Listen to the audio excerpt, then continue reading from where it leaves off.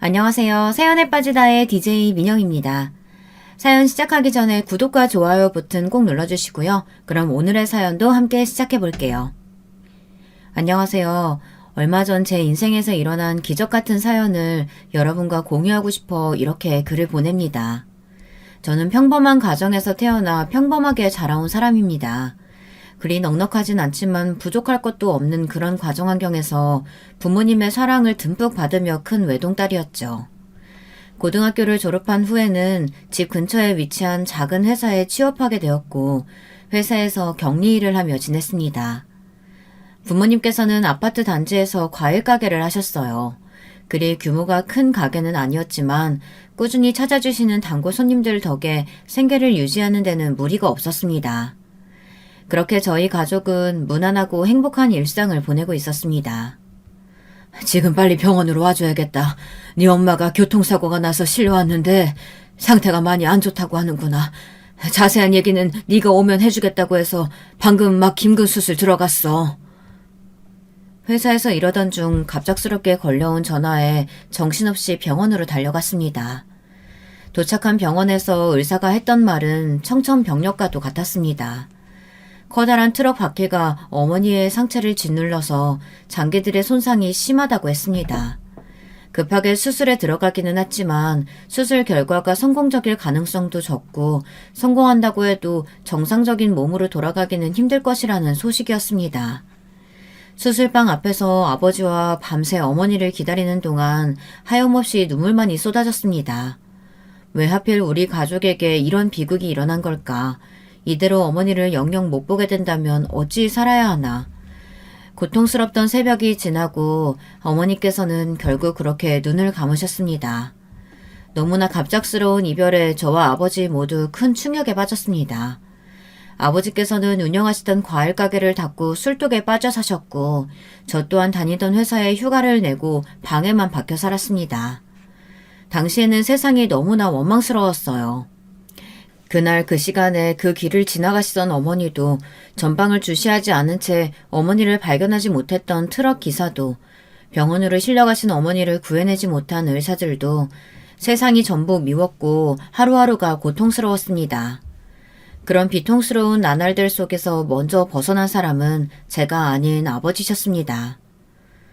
간 사람은 있고 산 사람은 살아야지. 네 엄마가 하늘에서 우리가 이러고 있는 모습 보면 얼마나 속이 상하겠니. 내가 아비가 돼서 너를 보듬어주지는 못할 망정 못난 꼴만 보였으니 미안하구나. 우리 이제부터라도 정신 차리고 살자. 나중에 하늘에서 네 엄마 만나면 그래도 당신 그렇게 떠난 뒤로 우리 둘이서 열심히 살았다. 죄책감 가질 필요 없다. 그렇게 말해줄 수는 있어야 하지 않겠니? 아버지의 말씀에 저도 그제서야 정신을 차렸습니다. 휴가를 냈던 회사에 복귀했고 서서히 일상으로 돌아가기 시작했습니다. 아버지께서도 한동안 문을 닫았던 과일 가게를 다시 여셨습니다. 두 분이서 운영하시던 가게이시기에 분명 혼자서 운영하시기가 힘이 붙이셨겠지만 아버지께서는 제게 전혀 힘든 티를 내시지 않으셨습니다. 오히려 일상으로 돌아온 후에도 어머니를 잊지 못하고 고통스러워하는 저에게 이제 그만하라며 그동안 충분히 그리워했으니 어머니 편히 갈 수 있도록 놔주라고 담담히 말씀하시고는 하셨습니다. 그런 아버지의 모습이 든든하기도 했지만 한편으로는 아버지가 조금 원망스럽기도 했습니다. 아버지께서는 어머니의 죽음이 아무렇지도 않으신 걸까? 어떻게 저렇게 빨리 어머니를 보내실 수가 있을까? 이런 어린 생각들이었죠. 그러나 그런 생각들은 얼마 뒤 찾아온 어머니의 생신에 완벽하게 사라졌습니다. 생전 어머니께서는 과일 중에서도 딸기를 참 좋아하셨습니다. 마침 어머니의 생신도 겨울에 있던 터라 저희 가족은 어머니의 생신 때마다 가게에 납품된 딸기 중에 가장 좋은 딸기를 고르고 골라 함께 먹곤 했었죠. 딸기를 함께 드실 어머니는 이미 이 세상뿐이 아니셨지만 아버지께서는 그날도 딸기 박스를 들고 집에 돌아오셨습니다. 그리고 박스에서 가장 예쁜 딸기를 골라 정성스럽게 씻어낸 뒤 어머니의 영정사진 앞에 내려놓으셨죠. 아버지께서는 그렇게 한참 동안 어머니의 영정사진 앞에서 우셨습니다. 어머니가 돌아가셨던 날에도 어머니의 장례식장에서도 그렇게 우는 아버지의 모습을 보지 못했었는데 아버지께서는 정말 너무나도 서럽게 우셨습니다. 제가 차마 말을 걸 수도 없을 정도로요. 그 뒤로 세상에 둘만 남은 아버지와 저는 더욱 서로를 의지하며 살아갔습니다. 안녕하세요. 이런 곳에서 다 뵙네요. 집이 과일 가게를 하셨나 봐요. 저도 여기 근처에 살거든요. 저희 어머니 단골 가게인데 오늘은 몸이 안 좋으셔서 제가 대신 왔어요. 귤 한 봉지만 주시겠어요? 그래도 아는 사이인데 제일 좋은 걸로 챙겨주실 거죠? 그러던 어느 주말 아버지를 도와 과일 가게에서 일을 하던 중 가게에서 익숙한 얼굴과 마주쳤습니다. 당시 제가 일하던 회사의 대리님이었어요. 평소 대리님께서는 능청스럽고 싹싹한 성격으로 회사 사람들 모두와 두루두루 친하게 지내시는 분이었습니다. 저와도 오며 가며 인사 정도는 하는 사이였고요. 반가운 얼굴에 저도 웃으며 인사를 드리고는 제일 예쁘고 실한 귤들로 골라 한 봉지를 담아드렸습니다. 그 뒤로 대리님께서는 꽤 자주 저희 가게에 찾아오셨습니다. 그렇게 자주 얼굴을 맞대니 자연스레 대화도 많아졌고 점점 가까운 사이가 되어갔습니다. 저 이쯤 되면 눈치채셨을 것 같은데 저 그쪽 밭에 관심 있습니다. 그래서 매일같이 과일 사러 갔던 거예요. 저희 어머니께서 이제 과일 좀 그만 사오라고 성하셔서. 물론 과일이 맛없다는 뜻은 전혀 아닙니다. 혹시 다음 주 주말에 저랑 식사 한번 하시겠어요? 저도 매일같이 가게에 들러주시는 대리님께 어느 정도 호감이 있는 상태였기에 식사 제안을 기쁜 마음으로 수락했습니다. 그렇게 저희 둘은 연인 사이로 발전했고 결국 결혼을 약속한 사이가 되었습니다. 그러나 막상 결혼을 하려니 걱정이 앞서더군요. 제가 결혼을 하게 되면 혼자 남으실 아버지 때문이었습니다. 어머니께서 돌아가신 뒤로 저와 아버지는 서로에게 깊게 의지하며 지내왔기에 아버지를 두고 떠날 마음이 쉬이 들지는 않았습니다. 이런 고민을 남편에게 털어놓으니 남편은 걱정하지 말라며 그렇게 아버님이 걱정되면 당신이 모시고 살면 되지 않냐고 명쾌한 답을 주었습니다. 기쁜 마음으로 아버지께 소식을 전하니 아버지께서는 오히려 고개를 가로저으셨습니다. 난 너랑 사위랑 같이 살 마음 없다. 사위가 정말로 나랑 같이 살고 싶어 너한테 그렇게 말했겠니? 네가 오죽 내 걱정을 많이 했으면 결혼을 했으면 나한테 신경 쓸 게 아니라 네 신랑한테 더 잘해야지. 이제부터 가게도 나 혼자 할 테니 굳이 도와주러 올 필요 없다. 가끔 전화해서 안부나 전해줘라. 아버지의 단호한 말씀에 결국 저와 남편은 신혼집을 따로 차렸습니다. 친정과 시댁에서 모두 가까운 위치였어요. 알고 보니 남편도 홀어머니를 모시고 살고 있었기에 저희는 서로 양가 어른들을 부모님처럼 생각하고 잘 챙기며 살기로 약속했습니다. 그렇게 행복한 신혼생활이 시작되었고 얼마 지나지 않아 아이가 생겼습니다. 점점 불러오는 배를 안고 출퇴근을 하던 제게 남편은 일을 그만두고 집에서 살림을 하는 게 어떻겠냐고 물어왔습니다. 고민하던 저는 결국 회사를 그만두었고 집안일을 하며 아버지의 과일 가게를 도우러 다니게 되었습니다. 시간이 흘러 남편은 회사에서 승진을 해 과장이 되었고 아이도 건강하게 태어났습니다. 건장한 사내아이였죠. 아버지께서는 손주를 몹시 예뻐하셨어요. 아이가 태어나니 이곳저곳 돈 쓸 곳이 늘어났고 생활은 조금 더 빠듯해졌지만 그래도 저와 남편은 참 행복했습니다. 하루하루가 다르게 자라나는 아이를 보며 매일같이 웃는 나날들이 계속되었습니다. 여보, 놀라지 말고 들어. 우리 회사가 부도가 난 것 같아. 최근 들어 회사 분위기가 이상하더라니 사장이 무리하게 사업 규모를 늘리려다가 일이 잘못됐나 봐. 오늘 회사에 빚쟁이들이 쳐들어와서는 난리를 쳐놓고 갔어. 사장은 이미 도망갔다고 하더라고. 갑작스런 회사 부도 소식에 가슴이 철렁했습니다. 남편과 제가 다니던 회사는 작은 규모의 중소기업이었어요. 그래도 직원들 모두 성실했고 큰 문제 없이 굴러가던 회사였는데 갑자기 부도라니. 다행히 어느 정도 저축했었던 돈이 있었기에 당장은 큰 문제가 없었지만 통장 잔고가 그리 넉넉하지는 않았습니다. 괜찮아 여보. 새 회사 찾으면 되지. 당신 능력 있는 사람이니까 금방 다시 일할 수 있을 거야. 그 전까지는 모아놓았던 돈으로 아껴서 생활하면 돼. 너무 걱정하지 마. 그렇지만 저는 애써 남편을 안심시켰습니다. 하루아침에 직장을 잃은 남편이 얼마나 시리가 컸겠어요. 비록 여유 있는 형편은 아니었지만 당장 다음 달부터 생활비는 어떡할 거냐며 남편을 닥달하고 싶지는 않았습니다. 그렇게 남편은 새로운 직장을 찾아 구직 활동을 시작했고 남편이 구직 활동을 하는 동안 저는 동네 식당에서 일하기로 했습니다. 너무나 감사하게도 제가 일하는 동안 저희 아들은 시어머니께서 돌봐주시기로 하셨죠. 금방 새로운 회사를 찾을 수 있을 것 같았던 남편의 구직 기간은 점점 길어졌습니다. 어려운 경기에 중소기업들이 줄줄이 문을 닫는 판국이었고 남편의 얼굴은 날이 갈수록 어두워졌습니다. 그런 남편의 등을 두드려주며 괜찮다고 너무 부담감 가지지 말라고 응원해 주었지만 남편은 술을 마시고서야 잠이 드는 날이 부쩍 늘어갔습니다. 엎친 데 덮친 격으로 아들을 봐주시던 시어머니께서도 건강이 급격히 악화되어 쓰러지셨고 얼마 지나지 않아 돌아가시게 되었습니다. 여보, 나 새 직장 구했어. 내일부터 출근이야. 그동안 너무 고생 많았어. 식당 일하랴 애 돌보랴 정말 힘들었지. 이제 정말 끝이야. 우리 다시 옛날처럼 돌아가는 거야. 그러던 어느 날 집에 돌아온 남편이 기쁜 목소리로 구직 소식을 전했습니다. 오랜만에 보는 미소 띤 남편의 얼굴에 덩달아 저도 눈물이 났어요. 저희 부부는 얼싸안고 기쁨을 나눴습니다. 그렇게 저는 식당 일을 그만두었고 다시 집에서 살림을 하며 평온했던 일상으로 돌아가게 되었습니다. 직장에 출근하기 시작한 남편은 새로운 일에 적응하기가 힘든지 항상 피곤한 얼굴로 집에 돌아왔습니다. 직장과 집의 거리가 전보다 멀어졌다며 새벽같이 집을 나섰고 야근을 하는 일도 잦아졌습니다. 제가 새로운 회사에 대해 물을 때마다 남편은 항상 피곤하다며 이야기를 미뤘습니다. 회사가 정확히 어디에 위치해 있는지, 회사 이름은 무엇인지, 남편이 회사에 출근해서 어떤 업무를 하고 있는 건지 아무것도 제대로 알 수가 없었어요. 하지만 그저 전에 다니던 회사와 비슷한 일을 하고 있겠거니 추측해 볼 뿐이었습니다.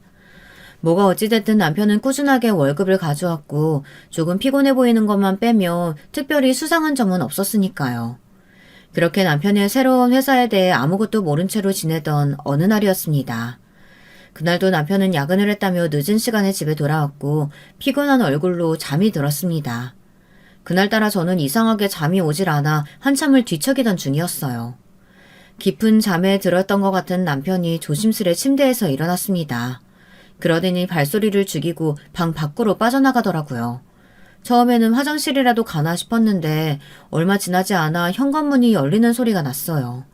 순간 몽롱하던 정신이 번쩍 들며 저도 자리에서 일어났습니다. 급하게 외투를 챙겨 입고 현관 밖으로 나서니 엘리베이터가 1층을 향해 가고 있었습니다. 정신없이 계단을 뛰어내려가 아파트 단지 밖으로 나섰습니다. 익숙한 뒷모습이 시야에 잡혔고 그대로 남편을 뒤따라갔습니다. 이 새벽에 도대체 어딜 가고 있는 걸까? 설마 바람이라도 피는 건 아니겠지. 전혀 그런 낌새가 없었는데 불안한 마음에 심장이 터질 듯 뛰었습니다. 이내 남편은 술집이 모여있는 거리로 들어섰고 한 식당 안으로 들어가더군요. 친구를 만나러 왔다기엔 너무나 늦은 시간이었고 설마 정말로 불륜을 저지르고 있나 싶은 생각에 급하게 남편을 따라 술집 안으로 들어섰어요. 여보, 당신이 여긴 어떻게... 설마 집에서부터 쫓아온 거야? 놀란 얼굴의 남편은 웬 취객을 부축하고 있었습니다. 그리고 남편의 한쪽 손에는 못 보던 차키가 들려 있었죠. 상황을 파악하기에는 그리 오랜 시간이 걸리지 않았습니다. 남편은 새벽마다 저 몰래 대리운전을 하고 있었던 거예요. 새로운 회사에 취직했다던 남편의 말은 모두 거짓말이었습니다. 시어머니가 돌아가신 뒤로 아들을 봐줄 사람이 없어지자 저는 결국 식당에 양해를 구하고 가게 한켠에 아이를 앉혀놓은 채 일을 하기 시작했습니다. 아이는 대부분 혼자서 숙제를 하거나 책을 읽으며 얌전하게 앉아 있었지만 집에 가고 싶다며 찡얼대거나 장난을 치는 일도 잦았습니다. 아이를 신경 쓰랴 주방 일을 돕느랴 하루 종일 지치고 힘든 날들이 계속되었고 처음에는 편의를 봐주시던 식당 아주머니께서도 나중에는 곤란한 눈치를 보이셨죠. 남편은 그렇게 매일 식당에서 일하고 돌아와 지친 얼굴로 집안일을 하는 저와 점점 바닥을 보이는 통장 잔고를 보며 하루하루 심한 부담감과 죄책감을 느꼈다고 합니다. 그러나 구직 활동은 맘처럼 되질 않았고 결국 남편은 건설 현장 일용직 안부 일을 시작했습니다. 몹시 힘들기는 했지만 당장 회사에서 일할 때만큼의 돈을 벌어올 수 있는 일은 막노동밖에 없었다고 합니다. 그러나 점점 아픈 곳이 늘어나고 예전만큼 긴 시간을 일할 수 없었던 남편은 새벽에 대리운전을 하기 시작했습니다. 매일 아침마다 저에게 진실을 말하려고 수도 없이 다짐했지만 하루하루 커가는 아이와 남편을 배웅하는 제 얼굴을 보면 차마 입이 떨어지지 않았다고 합니다. 그동안 제게 말도 하지 못하고 아침마다 정장을 입고 집을 나섰던 남편을 생각하니 마음이 미어지는 것 같았습니다. 여보, 그동안 당신 고생하는 것도 모르고 나 혼자 마음 편하게 지내서 미안해. 많이 힘들었지. 내가 당신한테 더 신경 썼어야 하는 건데 이제 부담 가질 필요 없어. 우리 뭐가 됐든 같이 일해서 같이 먹고 살자. 당신한테만 짐 지우지 않을게. 제 말에 남편은 참아왔던 눈물을 쏟아냈습니다. 언제나 듬직해 보이던 남편의 등이 그렇게 작아 보이는 것은 처음이었어요. 그렇게 남편을 꼭 껴안고 서로 더 잘 살아보자고 다짐을 했습니다. 그 뒤로 저희는 가게를 차리기로 했습니다. 그간 저희 부부가 고생했던 이야기를 전해 들으신 아버지께서 운영하시던 과일 가게를 접고 그 자리를 저희에게 양보하기로 하셨거든요. 당연히 처음에는 아버지의 제안을 거절하려고 했습니다. 그러나 아버지께서는 완강하셨습니다. 그렇지 않아도 요즘 들어 혼자 가게를 운영하는 게 힘에 부쳤다며 돈을 조금 보태줄 테니 너희 둘이서 원하는 가게를 잘 꾸려나가 보라면서요. 아버지의 말씀에 남편은 그럼 저와 남편이 아버지를 모시고 살면 어떻겠느냐고 물어왔습니다.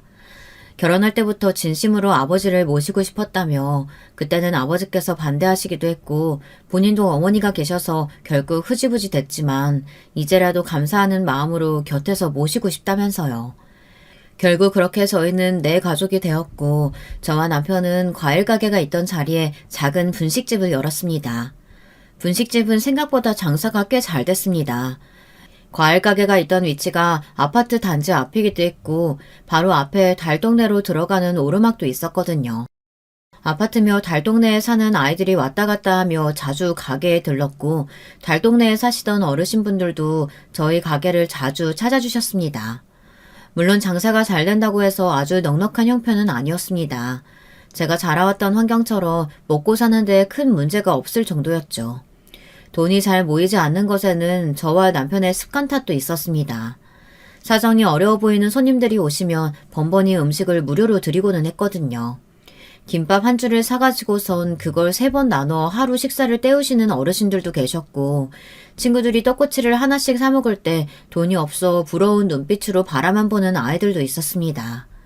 저나 남편이나 그런 사람들을 그냥 지나칠 만한 성정이 못 되다 보니 한 번, 두 번 도움의 손길을 베풀다 습관처럼 굳어지게 된 것이었죠.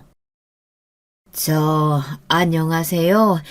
혹시 여기 떡볶이 500원어치도 파나요? 손주놈이 여기서 파는 떡볶이가 먹고 싶다고 해서. 그러던 어느 날 어느 할머니께서 가게를 찾아오셨습니다. 한눈에 봐도 몹시 마른 체구에 거의 피골이 상접하신 듯한 모습이셨죠. 할머니께서는 500원짜리 한 개를 조심스레 내려놓으시며 제게 물으셨습니다. 달동네 주민이시겠구나. 그런 마음에 커다란 용기에 떡볶이를 가득 퍼담아 드렸습니다. 500원어치는 작은 종이컵에 떡 4-5개를 넣어드리는 것이 다였지만 딱 봐도 할머니께서도 제대로 된 식사를 오랫동안 못하신 것처럼 보였거든요. 커다란 용기를 봉투에 담아드리자 할머니께서는 몹시 당황하신 모습이었습니다. 500원어치를 달라고 했는데 한눈에 봐도 훨씬 많은 양을 드렸으니까요. 저희가 오늘은 일찍 장사 접고 들어갈 생각이어서요. 떡볶이가 많이 남아서 많이 드린 거예요. 할머님 혹시 순대 좋아하세요? 순대랑 튀김도 좀 챙겨드릴게요. 어차피 오늘 못 팔면 다 버리는 거여서요.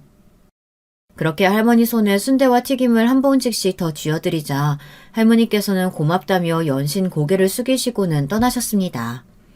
그 뒤로 할머니께서는 한동안 저희 가게를 찾지 않으셨습니다. 저도 바쁜 일상을 보내다 보니 그날의 일을 잊고 살고 있었어요. 할머니 오랜만에 오셨네요. 그날 식사는 잘하셨어요? 손주가 떡볶이는 맛있게 먹었는지 모르겠네요. 오늘도 손주 주실 떡볶이 사러 오신 거죠? 오랜만에 가게를 찾으신 할머니께서는 그날도 몹시 수척하신 모습이었습니다. 반갑게 인사를 건네는 저와는 달리 어딘가 불편하신지 제대로 제 얼굴을 쳐다보지도 못하셨죠.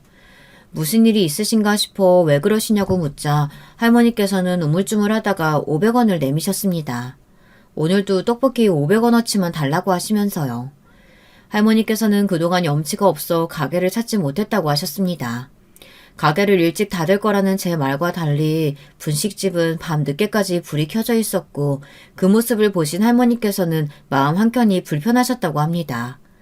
그날 제가 드렸던 음식은 몹시 맛있게 드셨다고 오늘은 괜찮으니 꼭 500원어치만 달라고 말씀하시는데 못 뵌 새에 얼굴이 더 수척해지신 것 같아 저도 마음이 좋지 않더군요. 결국 점심시간인데 식사는 하셨냐고 묻곤 저도 이제 막 밥 먹으려고 하던 참인데 같이 드셔달라며 할머니를 식탁에 앉혔습니다. 따뜻한 밥과 국, 그리고 반찬 몇 가지를 내 상을 차리고는 저 혼자 먹기 적적해서 그런 거라며 편하게 드시라고 이야기를 건넸습니다. 밥을 먹는 동안 할머니께서는 이런저런 이야기를 해주셨습니다. 제 예상대로 할머니는 달 동네에 사시는 분이셨습니다. 할머니께서는 딸이 한 명 있었는데 어릴 적에는 얌전하고 착한 딸이었지만 고등학생 때부터 못된 무리와 어울려 다니기 시작했다고 합니다. 결국 잘 다니던 학교도 그만두고 집을 나가서는 연락이 되질 않았고 한참 뒤에 다시 집에 돌아왔을 때는 임신한 채였다고 합니다. 아이 아빠가 누군지 물었지만 딸은 모른다는 대답으로 일관했고 그렇게 할머니 입장에서는 귀한 딸을 임신시킨 남자의 정체도 모른 채 산딸이 되었습니다. 딸은 임신한 채로 집에 돌아왔을 때부터 몸 상태가 좋지 않았는데 출산을 하며 고생을 심하게 했는지 아이를 낳은 후로 시름시름 앓았다고 합니다. 태어난 아이도 선천적으로 뇌혈관에 기형이 있어 몸이 약했고 할머니께서는 매일 폐지를 주워다 팔며 딸과 손주를 먹여 살렸다고 하셨습니다. 그러던 어느 날, 그날도 할머니께서는 늦은 밤까지 폐지를 줍다 집에 돌아가셨는데 아이 울음소리가 대문 밖까지 쩌렁쩌렁하게 울리고 있었다고 합니다. 무슨 일인가 싶어 서둘러 방에 들어갔더니 딸은 바닥에 엎어져 있었고 그 옆에서 손주가 울고 있었습니다. 놀란 마음에 딸을 그대로 들쳐업고 병원 응급실로 향했지만 딸은 이미 숨을 거둔 뒤였습니다. 가난한 형편에 치료는커녕 제대로 된 식사조차 챙겨 먹질 못했으니 극심한 영양실조 상태였다고 합니다. 그렇게 딸을 잃은 후로 할머니께서는 깊은 슬픔에 빠지셨습니다. 그러나 지치지도 않는지 옆에서 울고 있는 손주를 보며 기운을 차리셨다고 합니다. 할머니께서는 당시 딸을 데리고 갔었던 병원 의사선생님의 도움으로 기초수급자 신청이며 국가에서 받을 수 있는 지원들을 처음으로 알게 되셨다고 합니다. 요즘 같은 시대에는 나라에서 사람을 보내거나 다방면으로 관리해 어려운 사람들을 돕고 있지만 당시만 해도 복지의 사각지대가 많은 시절이었으니까요. 손주가 태어날 때부터 가지고 있던 희귀병은 뇌혈관 기형이라는 병이었는데요. 정상적인 뇌와 다르게 모세혈관이 생기지 않고 뇌동맥에서 뇌정맥으로 바로 연결되는 혈관 덩어리를 형성하는 질환이라고 했습니다. 덕분에 뇌출혈이며 뇌경색 등 뇌 관련 질환이 일반인보다 일어날 가능성이 훨씬 높았고 당시 간질 발작이라고 불렸던 뇌전증도 자주 일어났죠. 요즘에야 간질이 전염병이 아니라는 사실을 다들 알고 있지만 당시만 하더라도 간질 환자를 기피하는 문화가 있었으니 손주는 학교에서도 따돌림을 당하고 있었다고 했습니다. 의사 선생님의 도움으로 나라에서 받을 수 있는 지원을 신청해 한 달에 한 번씩 병원에 가서 약을 받아 먹고 있는 상황이었지만 더 좋은 치료를 받거나 정밀한 검사를 받을 수 있는 형편은 아니었기에 발작이 일어나거나 손주가 머리가 아프다고 하면 그저 가만히 진정되기만을 기다리신다고 하셨죠. 눈에 넣어도 아프지 않을 손주가 눈앞에서 고통을 호소하는데 해줄 수 있는 것이 아무것도 없는 할머니의 마음이 얼마나 찢어지셨을까요? 국가에서 나오는 지원금과 매일 폐지를 주어서 버시는 돈을 합쳐도 형편은 결코 넉넉치가 않았고 할머니께서는 본인 입에는 아무것도 넣지 않으시더라도 어떻게든 손주를 먹여 살리는 데 급급한 상황이셨습니다. 이런 눈물 나는 사연을 듣고서 여러분들이라면 어떻게 반응하시겠어요? 저는 그 자리에서 정말 펑펑 울고 말았습니다. 돌아가신 저희 어머니 생각이 나기도 하고 그동안 할머니께서 해오셨을 고생들이 떠올라 마음이 너무 아프더라고요. 그렇게 그날도 할머니 손에 음식들을 잔뜩 쥐어 보내드리고 얼마 후에 달동네 끄트머리에 있는 할머니 댁을 찾아갔습니다. 처음 만난 할머니의 손주는 저희 아들과 비슷한 또래로 보였습니다. 한눈에 봐도 마른 체구에 핏기 없는 얼굴이었지만 저를 보고는 해맑게 웃는 미소가 너무 예뻤습니다. 바리바리 챙겨갔던 떡볶이며 튀김들을 상에 깔아주자 아이는 너무 좋아했습니다. 손주가 가장 좋아하는 음식이 떡볶이라고 하더라고요. 매일 학교가 끝나고 돌아가는 길에 저희 분식집을 지나쳤는데 떡볶이는커녕 떡꼬치 하나 사 먹을 돈도 없어 그저 부러운 눈으로 가게 안에서 떡볶이를 먹는 친구들을 바라만 봤다고 합니다. 고생하시는 할머니와 어려운 집안 사정을 잘 알고 있었기에 차마 떡볶이 얘기를 못 꺼내다가 유난히도 머리가 많이 아팠던 날 처음으로 떡볶이가 먹고 싶다는 말을 했다고 합니다. 그 말을 들으신 할머니께서 500원을 들고 저희 가게에 찾아오셨고 그날 손주는 꿈에 그리던 떡볶이를 처음으로 맛보게 되었습니다. 처음 맛본 떡볶이는 상상했던 것보다 훨씬 맛있었고 그날 이후로 손주는 가장 좋아하는 음식이 떡볶이가 되었다고 했습니다. 세상에는 더 좋은 음식들이 차고 넘치는데 겨우 떡볶이가 뭐라고 허겁지겁 상에 놓인 분식들을 집어먹는 아이를 보니 마음이 참 안쓰럽더라고요. 할머니께서는 이런 외진 곳까지 뭐하러 고생스럽게 찾아왔냐며 앞으로는 이러지 않아도 된다고 말씀하셨습니다. 그렇지만 저는 그 뒤로도 자주 할머니 댁을 찾아갔습니다. 아픈 아이뿐만이 아니라 헬스카신 몸으로 매일같이 폐지를 나르시는 할머니도 걱정이 되었거든요. 식사는 잘 챙겨 드시는지, 어디 아픈 곳은 없으신지, 혹여나 갑자기 쓰러지시면 들여다봐 줄 사람도 없을 텐데, 이런 생각에 한 달에 2-3번씩 떡볶이며 튀김이며 분식들을 잔뜩 들고 얼굴을 비추곤 했습니다.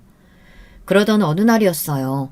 그날도 평소처럼 가게를 열고 일을 하던 중 갑자기 아이 학교에서 연락이 왔습니다. 친구랑 싸웠나 아니면 사고로 크게 다치기라도 했나 별별 걱정들이 다 들어 가게를 남편에게 맡기고 급하게 학교를 향했습니다. 헐레벌떡 들어간 교무실에는 걱정과는 달리 멀쩡해 보이는 저희 아들과 아주 익숙한 얼굴의 아이가 함께 앉아 있었습니다. 바로 할머니의 손주였습니다. 알고 보니 손주와 저희 아들이 같은 학교 같은 반 친구였던 것입니다. 분식집을 운영하느라 아이 학교에 많이 신경을 기울이지 못하기도 했고 저희 아들도 학교에서 있었던 일을 저에게 먼저 쫑알쫑알 얘기하기보다는 알아서 척척 잘하는 아이였던지라 아들의 반에 아픈 친구가 있다는 사실도 모르고 있었습니다. 그날 할머니의 손주는 학교에서 간질발작을 일으켰고 놀란 아이들은 전부 소리를 지르며 몸을 떠는 아이를 피해 도망갔다고 합니다. 그러나 저희 아들은 도망가지 않고 손주가 다치지 않도록 주변에 있던 날카로운 물건들을 치워줬다고 하더라고요. 그리고 손주가 발작에서 깨어났을 때 아이를 부축하여 간호실에 데려갔다고 합니다. 아이들의 담임 선생님께서는 저희 아들이 아주 가정교육을 잘 받은 것 같다며 본인이 잠시 자리를 비웠을 때 일어난 일이라 큰일이 일어날 수도 있었는데 저희 아들 덕분에 사고 없이 넘어갔다고 말씀하셨습니다. 손주의 보호자인 할머니께 연락을 드려야 했지만 할머니께 연락드릴 방법이 없어 저를 부르셨다고 하더라고요. 할머니 손주의 병에 대해 알게 되었던 날 아들에게 혹시나 그렇게 발작을 일으키는 친구가 있다면 이렇게 대처하라고 가볍게 일러줬던 것을 기억하고 있었던 모양이었어요. 아들이 너무나 기특하고 대견해 그날은 간만에 외식을 했던 기억이 납니다. 물론 할머니를 모시고 남편까지 5명이서 함께요. 그날 이후로 저희 아들과 할머니의 손주는 아주 친한 사이가 되었습니다. 이전까지는 간지를 무서워하던 반 친구들도 저희 아들 덕에 할머니의 손주와 점점 친하게 지내게 되었다고 합니다. 아픈 몸 탓에 소극적인 성격이었던 손주는 날이 갈수록 밝아졌고 할머니께서도 저와 아들에게 몹시 고마워하셨습니다. 그렇게 평화로운 나날이 계속되던 어느 날이었습니다. 문득 달력을 보니 할머니를 찾아뵌 지 시간이 꽤 지났더라고요. 간만에 할머니 댁에 찾아뵐 겸 가게도 일찍 정리하고 분식들과 제가 먹으려고 가져왔었던 과일들을 손에 한가득 들고 언덕길을 올랐습니다. 익숙한 대문이 보이자 밖에서부터 할머님 저 왔어요 라고 소리를 질렀는데 이상하게 인기척이 전혀 느껴지지 않았습니다. 할머니께서는 폐지를 주우러 나가셨다고 쳐도 이 시간이면 분명 손주가 집에 혼자 있어야 했는데 말이죠. 불안한 마음에 가져온 것들을 문 앞에 내려두고 급하게 안으로 들어섰습니다. 집안은 완전히 싸늘했습니다.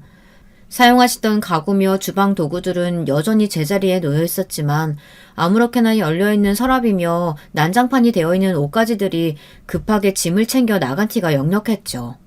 할머니께 무슨 일이 생긴 걸까 가슴이 쿵쾅쿵쾅 뛰었습니다. 집 밖으로 뛰쳐나와 주변을 둘러보니 마침 아주머니 한 분께서 길을 지나고 계셨습니다. 다짜고짜 아주머니를 붙잡고 여기 사시던 할머니랑 손주한테 무슨 일이 있었느냐고 물었더니 아주머니께서는 당황한 표정으로 그 사람들 이사 나간 것 같던데 하시는 겁니다. 한 일주일 전이었나? 새벽에 갑자기 구급차 소리가 온 동네에 울리는 거예요. 이런 달동네 구석까지 구급차가 오는 일이 어디 흔한 일인가? 무슨 일인가 싶어 동네 사람들 자다 말고 다들 뛰쳐나와 밖을 기웃거리는데 딱 이 집 앞에 서더라고요. 아, 왜? 이 집 손자가 아프잖아요. 간질인가 뭔가 그 무슨 뇌에 문제가 있다고 하던데. 아무튼 그 손자한테 무슨 일 생겼는갑다 하고 나는 그냥 다시 들어가서 잤죠. 근데 알고 보니까 애가 아니라 애 아빠가 쓰러졌던 모양이더라고. 원래 손자하고 할머니하고 둘이서 살던 집인데 얼마 전에 애 아빠가 갑자기 찾아왔다나 봐. 나도 지나가다 얼굴 몇 번 봤는데 딱 봐도 성질이 고약해 보이더라고. 여기 옆집 사는 아줌마가 그러는데 며칠 동안에 우는 소리랑 남자가 막 고함 지르는 소리가 그렇게 들렸대요. 아유, 술 마시고 행패 부린 거겠지 뭐. 아무튼 그렇게 쓰러지고 뭐가 어떻게 됐는지 그 다음날 할머니 혼자 오셔가지고 짐 챙겨 나간 것 같던데요? 전혀 예상하지 못했던 이야기에 머릿속이 혼란스러웠습니다. 연락은커녕 어떤 사람인지도 모른다던 손주의 아빠가 갑자기 할머니 댁에 찾아왔고 며칠간 행패를 부리다가 급하게 이사를 나갔다니. 혹시 그 사람들 어디로 이사 간다는 얘기는 없었냐 물으니 아주머니께서는 전혀 모르겠다며 고개를 가로저었습니다. 그 뒤로 달동네 이곳저곳을 돌아다니며 주민들을 붙잡고 할머니의 행방을 묻고 분식집에 찾아오는 손님들께도 간간히 할머니에 대해 물었지만 다들 아는 바가 없다며 고개를 저을 뿐이었죠. 아들에게 손주의 소식을 물으니 손주는 갑작스레 전학을 갔다고 했습니다. 저한테도 전학 간다 어쩐다 말 한마디 없었어요. 전날까지만 해도 저랑 같이 놀다가 평소처럼 헤어졌는데 선생님이 처음에는 아프다고 했다가 나중에는 전학 갔다고 하셨어요. 무슨 일 생긴 거 아닐까요? 걱정스러운 아들의 목소리에 저는 아무 일 없을 거라며 손주는 더 좋은 곳으로 이사 갔으니 나중에 꼭 다시 만날 수 있을 거라고 등을 토닥여 주었습니다. 그렇게 할머니와 손주는 소리 소문 없이 행방이 묘연해졌습니다. 동네 사람 누구도 둘의 행방을 알지 못했고 할머니께 따로 연락드릴 방법도 없었습니다. 갑작스레 찾아온 아이의 아빠에게 협박을 당하신 건 아닐까, 혹시 손주의 건강이 급속도로 나빠진 건 아닐까 온갖 나쁜 상상이 들었지만 제가 할 수 있는 일은 아무것도 없었습니다. 그렇게 결국 걱정스러운 마음만을 남겨둔 채 시간은 흘러갔습니다. 하루, 한 달, 1년 바쁜 일상을 보내다 보니 자연스레 할머니와 손주의 일은 잊혀졌고 그렇게 10년이라는 세월이 지났습니다. 저와 남편은 여전히 그 자리에서 분식집을 운영했고 초등학생이었던 저희 아들은 고등학생이 되었습니다. 치맛바람이다 뭐다 아이 교육에 열을 올리는 다른 엄마들과 다르게 저는 바쁜 가게 일 탓에 아들에게 크게 신경을 기울이지 못했습니다. 보통 그 나이 때 아이들은 사춘기 덕에 부모와 어색해지기 마련일 텐데 저희 아들은 언제나 제게 엄마 하면서 먼저 살갑게 말을 걸어오고는 했어요. 넉넉하지 못한 형편에서 그 흔한 학원도 한번 보내주지 못했는데 아들은 학교 공부며 집안일이며 뭐든 혼자서 척척 해내는 아이였습니다. 내가 전생에 무슨 복이 있어서 이런 아들을 낳았나 하고 그런 생각을 했던 것이 한두 번이 아니었습니다. 그러나 불행은 언제나 사람이 가장 행복할 때 찾아온다고 하죠. 너무나 행복하던 저희 가족에게 불행은 아주 갑작스럽게 찾아왔습니다. 아드님 상태가 아주 심각합니다. 수술 자체는 성공적으로 마무리되긴 했지만 워낙 병원에 실려올 때부터 상태가 좋지 않았어요. 왼쪽 갈비뼈가 부러지면서 심장과 폐에 심한 손상이 있습니다. 에크모라는 인공기계를 연결해 놓은 상태인데 이 기계가 당장은 심장의 역할을 대신해주긴 하지만 영구적인 것은 아니에요. 아드님의 심장이 이미 혼자서는 제 역할을 하지 못하기 때문에 에크모 치료를 하면서 심장 이식을 기다려야 할 것 같습니다. 뺑소니 사고였습니다. 그날도 아들은 평소처럼 학교가 끝난 뒤 가게 일을 돕기 위해 학교 뒤쪽 골목길로 걸어오던 중이었고 좁은 길을 지나던 트럭이 코너에서 아이를 발견하지 못해 사고가 났습니다.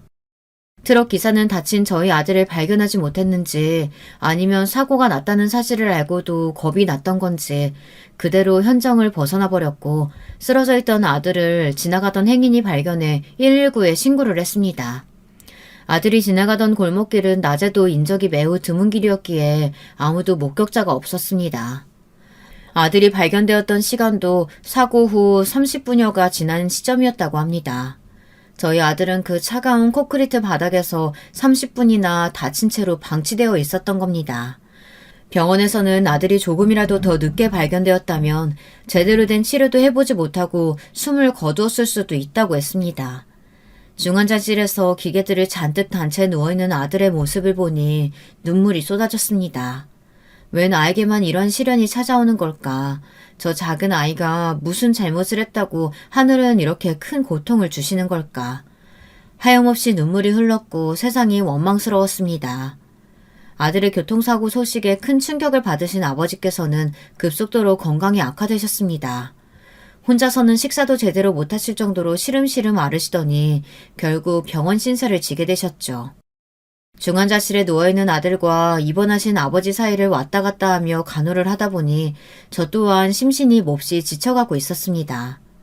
저 없이 혼자서 가게를 운영하는 남편도 지쳐가기는 마찬가지였습니다. 누군가는 생활비와 병원비를 벌여야 했기에 남편이 혼자서 가게 일을 하고 있었거든요. 아들과 아버지의 상태는 날이 갈수록 좋지 않아졌고 저와 남편의 사이에도 대화가 사라지기 시작했습니다. 누워있는 두 사람을 보며 매일 눈물로 지새는 밤이 늘어갔습니다. 돌아가신 어머니처럼 아들과 아버지도 제 곁을 떠나버릴 것만 같은 불안감에 한시도 병원을 떠나지 않았어요. 간절한 제 마음과는 다르게 상황은 점점 나빠져만 갔습니다. 의사는 더 이상 에크모 치료도 지속하기 어렵다며 빠르게 심장 이식 수술을 받지 못하면 아들이 이대로 깨어나지 못할 가능성이 크다고 말했습니다. 그러나 심장과 같은 중요한 장기는 쉽게 이식받을 수 있는 것이 아니었고 언제 기증자가 나타날지 모르는 상황이었습니다. 갈수록 쇠약해지시던 아버지께서는 결국 눈을 감으신 뒤 저는 미친 사람처럼 아들에게 더 집착하기 시작했습니다. 혹시라도 아들의 심장이 기적처럼 갑자기 다시 뛸 수도 있지 않을까. 당장이라도 기계들을 벗어던지고 일어나서 엄마하고 저를 불러주진 않을까. 말도 안 되는 상상을 하며 하루 종일 중환자실 앞에서 떠나질 못했습니다. 당시에 저는 거의 사람꼴이 아니었습니다. 매일 식사도 하는 둥 마는 둥 아들에게 차도가 있을까 하루 종일 중환자실 앞에서 소식만 기다리느라 몸무게가 8kg나 빠졌을 정도였어요. 저를 더욱 미치게 하는 것은 아들의 사고가 뺑소니라는 사실이었습니다. 그날의 사고로 저희 가족은 이렇게 큰 불행을 겪고 있는데 그 불행의 씨앗이 된 트럭 기사는 잡힐 기미가 없었으니까요. 왜 그날 그 골목길에 하필이면 우리 아들이 지나가고 있었을까? 평소에 아이가 가게 일을 돕지 않았었다면, 그날 학교가 10분이라도 일찍 끝났었다면, 그 트럭 기사가 조금이라도 주변을 잘 살폈다면, 골목길에 지나가는 사람이 한 명이라도 더 있었다면, 수많은 상상들이 매일같이 저를 괴롭혔고 그러다 보면 차오르는 울분에 정말 미칠 것만 같았습니다. 내가 도대체 무슨 잘못을 했기에 이런 고통을 2번이나 겪어야 하는 건가. 억울한 마음에 사로잡혀 스스로는 물론이고 가게 일이며 남편이며 주변에도 전혀 신경을 기울이지 못하고 있었죠. 당신 이제 그만 좀 해. 솔직히 말해서 당신이 병원에 붙어있는다고 해서 뭐가 달라지는 거 아니잖아. 애 눈 떴을 때 당신 그런 꼴로 맞이할 거야? 당신 마음 힘든 거 잘 알아. 장모님도 교통사고로 돌아가셨고 장인어른께서도 너무 갑작스럽게 떠나셨으니까. 그렇다고 그렇게 다 내팽개치고 병원에만 붙어있으면 뭐가 나아져? 당신이 그렇게 미친 사람처럼 집착한다고 기증자가 갑자기 나타나기라도 하냐고. 나 혼자서 가게 운영하기도 이제 지쳐. 요즘 몸도 예전 같지 않고. 이제 제발 그만하고 정신 좀 차리자. 애를 위해서라도. 그런 저를 보다 못한 남편이 거의 울면서 쏟아낸 말에 저는 그제서야 정신을 차렸습니다. 입맛이 없더라도 억지로 밥을 챙겨 먹기 시작했고 한동안 손을 놓고 있었던 가게도 돌보기 시작했습니다. 오랜만에 만난 가게 손님들은 저를 몹시 반겨주셨고 그동안 걱정이 많았다며 살이 왜 이렇게 빠졌냐며 하나같이 따뜻한 말씀들을 해주셨습니다. 오랜만에 느껴보는 사람들의 온기에 바보같이 눈물이 흘렀던 기억이 납니다. 가게 일을 하는 중에도 혹시 병원에서 연락이 오지 않을까 핸드폰을 항상 곁에 두고 가게 문을 닫으면 불이 나게 병원으로 달려가 아들의 상태를 확인했습니다. 기특하게도 인공기계를 단 아들은 생각보다 더 잘 버텨주고 있었고 기적처럼 기증자가 나타나기만을 매일같이 간절히 바라고 있었죠. 그런 제 간절한 마음을 하늘에서도 알아주신 건지 얼마 지나지 않아 정말 기적 같은 일이 일어났습니다. 심장 기증자가 나타난 것입니다. 가게에서 연락을 받은 저는 하던 일을 내팽개치고 병원으로 달려갔습니다. 아들은 응급수술에 들어갔고 남편과 저는 밤새 수술실 앞에서 기도하고 또 기도하며 수술이 성공적으로 끝나기만을 기다렸습니다. 수술은 성공적으로 끝났습니다. 경과는 좀 더 지켜봐야겠지만 아마 큰 문제 없이 회복할 수 있을 것 같습니다. 그동안 정말 고생 많으셨어요, 어머니. 심장 기증 이렇게 쉽게 받을 수 있는 게 아닌데 운이 좋으셨네요. 다행히도 수술은 성공적으로 끝이 났고 덕분에 아들은 적응 기간을 거친 후 이전처럼 정상적인 삶으로 돌아올 수 있게 되었습니다. 장기 기증 원칙상 기증자의 신원에 대한 정보는 아무것도 알 수 없었기에 이름도 얼굴도 모르지만 저희 아들에게 새로운 삶을 주신 기증자분께 너무나 감사한 마음뿐이었습니다. 물론 저희가 심장을 기증받았다는 것이 기증자분의 생명이 다했다는 뜻이었기에 마냥 마음이 가볍지만은 않았습니다. 안 된다는 걸 알고 있었지만 기증자분께 어떻게 해서든 감사를 전하고 싶은 심정이었어요. 요즘에는 장기 기증자와 수혜자 사이에 편지를 주고받는 제도가 생긴 모양이지만 당시에는 둘 사이의 교류가 이루어지기 힘든 상황이었어요. 그렇게 아들은 점점 회복하며 이전의 건강한 모습을 되찾아갔고 중환자실에서 일반 병실로 옮겨 재활을 시작했습니다. 할머니 맞으시죠? 저 기억하세요? 분식집 사장이요. 어떻게 이런 곳에서 다 만나네요? 그간 잘 지내셨어요? 제가 얼마나 걱정했었는데요. 아들의 재활을 돕던 평화로운 나날들이 이어지던 와중 저는 병원 로비에서 너무나 낯익은 얼굴을 발견했습니다. 바로 10여 년 전 홀연히 사라지셨던 할머니였죠. 할머니께서도 저를 알아보시고는 너무나 반가워하시며 안부를 물어오셨습니다. 저는 할머니께서 사라지신 후 행방을 묻고 다녔던 일이며 아들이 교통사고 후에 기적처럼 장기 기증을 받은 일들까지 조잘조잘 말씀드렸습니다. 이야기를 들으시던 할머니께서는 이내 눈물을 왈칵 쏟아내셨습니다. 갑작스러운 눈물에 당황한 저는 왜 그러시냐며 저희 아들이 이제 잘 회복해서 재활 중이다. 그동안 힘든 일이 많으셨냐. 할머니를 위로하며 등을 토닥여 드렸습니다. 할머니께서는 한참 동안 눈물을 보이시더니 조금 진정이 되셨는지 세상에 정말 인연이란 게 있구나 하시며 혼자 되뇌이시더라고요. 10년 전 그날 할머니 댁에는 아이의 아빠라는 사람이 갑작스럽게 찾아왔다고 합니다. 아이의 아빠는 30대 초반 정도의 나이였고 매우 난폭한 성격이었습니다. 딸을 임신시켜놓고도 나몰라라 하다가 본인의 생활이 궁핍해지자 딸이 살던 집을 기억해 찾아왔던 것이었습니다. 할머니께서는 딸은 이미 죽었고 당신 같은 아빠는 필요 없으니 당장 나가라 호통을 쳤지만 건장한 남자의 눈에 삐쩍 마른 할머니가 무서웠을 리가 만무했습니다. 결국 남자는 할머니 댁에 눌러앉아 밤낮이며 술을 마시며 아이에게 소리를 지르거나 폭력적인 행동을 했고 그날 새벽에도 잔뜩 취한 채로 언성을 높이다 갑자기 쇼크로 쓰러진 것입니다. 사람이 죽게 내버려둘 수는 없었으니 옆집에 부탁해 급하게 119를 부르기는 했지만 할머니께서는 남자가 쓰러진 지금이 도망칠 수 있는 유일한 기회라고 생각하셨다고 합니다. 남자가 병원에 입원해 있는 동안 할머니께서는 필요한 짐들만 급하게 챙겨 손주를 데리고 먼 동네로 도망을 치셨습니다. 혹시 남자가 소식을 물어 찾아올까 주변에도 알리지 않고 쫓기듯 몰래 가셨다고 합니다. 그래서 주변 이웃들도 모두 소식을 몰랐던 것입니다. 일련의 사건을 거치며 스트레스가 심했는지 원래도 좋지 않았던 손주의 건강은 급격하게 악화되기 시작했습니다. 결국은 얼마 지나지 않아 병원 신세를 지게 되었고 학교도 다니지 못하게 되었습니다. 병원에 입원해 있던 지난 10년간 큰 수술을 2차례나 받았고 그럼에도 차도가 없어 결국 뇌사 판정을 받았다고 합니다. 할머니의 손주는 생전 자주 했던 말이 있었는데요. 바로 자신이 죽게 되면 자신의 장기를 기증하고 싶다는 이야기였습니다. 할머니는 당연히 처음에는 반대하셨지만 자신은 그동안 많은 사람들에게 대가 없는 나눔을 받으며 살아왔다고 자신도 마지막 가는 길에라도 누군가에게 나눔을 베풀고 싶다는 손자의 말에 결국 고집을 꺾으셨다고 합니다. 그렇게 손자가 뇌사 판정을 받자 장기 기증을 하게 되었고 손자의 심장이 비슷한 나이였던 저희 아들에게 기증된 것입니다. 어려운 환경에서 아픈 몸으로 자라왔는데도 언제나 해맑게 웃어 보이던 그 아이의 얼굴이 떠올라 할머니 곁에서 저도 눈물을 한참이나 쏟아냈습니다. 다시 생각해도 정말 말도 안 되는 인연 아닌가요? 세상에 어떻게 이런 일이 있을 수 있을까요? 저희 아들에게 할머니 손주의 심장이 들어왔다뇨.